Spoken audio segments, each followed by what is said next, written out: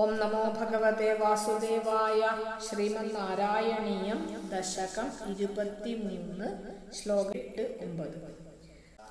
ത്വദ്ഭക്തമൗലിരഥ സോപി ച ലക്ഷലക്ഷം വർഷാണി ഹർഷുലമനാ ഭുവനേഷു കാമം സംഗാപയൻ ഗുണഗണം തവ സുന്ദരീഭിഃ സംഗാതിരേകരഹിതോ ലളിതം ചചാര അത്യന്തസംഗവിലയായ ഭവത്പ്രണുന്നഃ നൂനം സരൂപ്യഗിരിമാപ്യമഹത്സമാജേ നിശ്ചംഗമംഗകൃതിവല്ലഭമംഗജാരിം തം ശങ്കരം പരിഹസന്നുമയാഭിഷേപേ. ത്വദ്ഭക്തമൗലിഃ അഥ സഹ അപി ത്വദ്ഭക്തമൗലിരഥ സോപി ച ലക്ഷലക്ഷം വർഷാണി ഹർഷുലമനാഃ ഭുവനേഷു കാമം ഹർഷുലമനാഭുവനേഷു കാമം സംഗാപയൻ ഗുണഗണം തവ സുന്ദരീഭിഃ സംഗാതിരേകരഹിതഃ ലളിതം ചചാര സംഗാതിരേകരഹിതോ ലളിതം ചചാര അത്യന്തസംഗവിലയായ ഭവത്പ്രണുന്നഃ നൂനം സഹ അരൂപഗിരിം ആപ്യ സരൂപ്യഗിരിമാപ്യ മഹത്സമാജേ നിശ്ചംഗം അംഗകൃതവല്ലഭം അംഗജാരിം നിശ്ചംഗമംഗകൃതവല്ലഭമംഗജാരിം തം ശങ്കരം പരിഹസൻ ഉമയാ അഭിഷേപേ തം ശങ്കരം പരിഹസന്നുമയാഭിഷേപേ. ഹരേ കൃഷ്ണ. പോന ശ്ലോകത്തിൽ നമ്മൾ பார்த்தோம் ആദിശേഷൻ രൂപത്തിലിരിക്കപ്പെട്ട ഭഗവാൻ அந்த சித்திரகேதுவுக்கு தர்சனம் கொடுத்து ആത്മ ധ്യാനത്തെ യഥാർത്ഥ രൂപത്തെ அவருக்கு உபதேசவும் பண்ணினார் அப்படிங்கிறத பார்த்தோம்.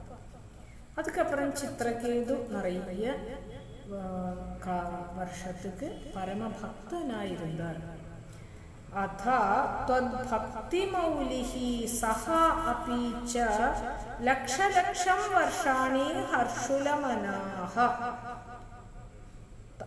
அதுக்கப்புறம் ഭഗവാനോട് ഭക്താളിലെയും അത്യുത്തമനാன அந்த ചിത്രകേതു അനേക ലക്ഷം സംവത്സരങ്ങൾ മനസ്സന്തോഷത്തോടെ ഇരുന്നാർ. എല്ലാരും എത്രയോ വയസ്സ് വരയ്ക്കുമെല്ലാം ഇരുപ്പാ.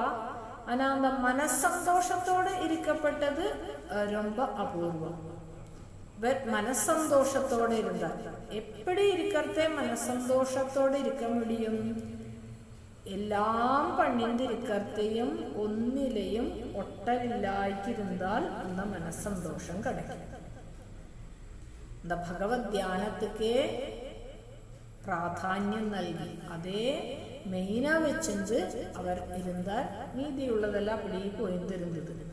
ഭുവനേഷു തവ ഗുണഗണം സുന്ദരീഭിഃ കാമം സംഗാപയൻ. എല്ലാ ലോകത്തിലെയും ഭഗവാനോട് ഗുണഗണങ്ങള് വിദ്യാധര സ്ത്രീകൾ കൂടെ പാടിണ്ട് നടന്നാറ്. ചിത്രകേതു വിദ്യാധരന്മാരോട് കൂട്ടത്തിലേക്കും അവർ ഭഗവൻ നാമത്തെ സദാ ചൊല്ലിണ്ടിരുന്നാർ. സംഗാതിരേകരഹിതഃ ലളിതം ചചാര. സുഖങ്ങളിലൊന്നും അത്യാസക്തിയില്ലാതെക്ക് ரொம்ப சந்தோஷமா அவர் சஞ்சாரம் பண்ணிட்டு இருந்தார்.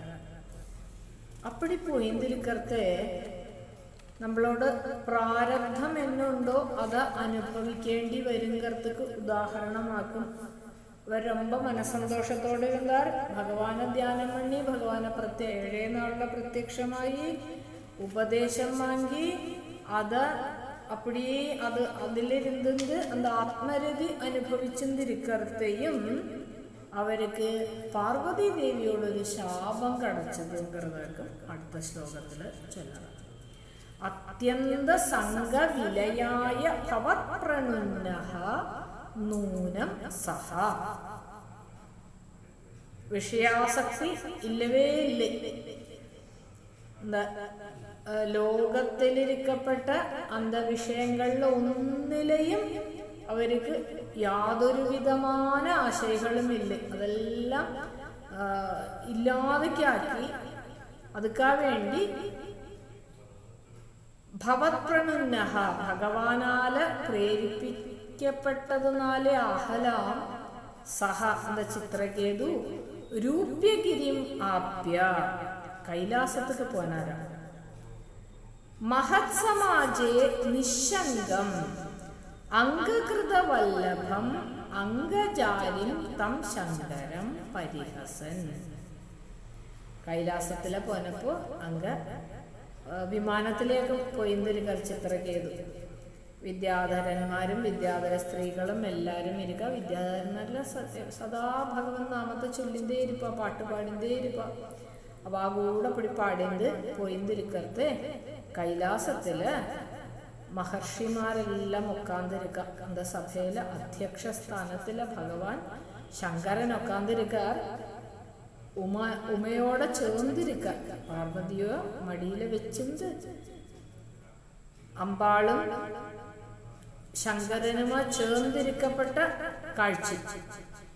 അപ്പടി ഇരിക്കുന്ന സമയത്തില് ഇവർ പോയി കൈലാസത്തില് പോയി മഹത് സമാജേ നിശങ്കം മഹർഷിമാരോട് നടുവില് നിശങ്കം ഒരു ശങ്കയുമില്ലാക്കി ഒരു സന്ദേഹവുമില്ലാക്കി അംഗകൃതം വല്ലഭം മടിയില് അമ്പാളെ വെച്ചത് ഒക്കാന്തിരിക്കപ്പെട്ട ശങ്കരന് പരിഹാസം പണിനാരാ.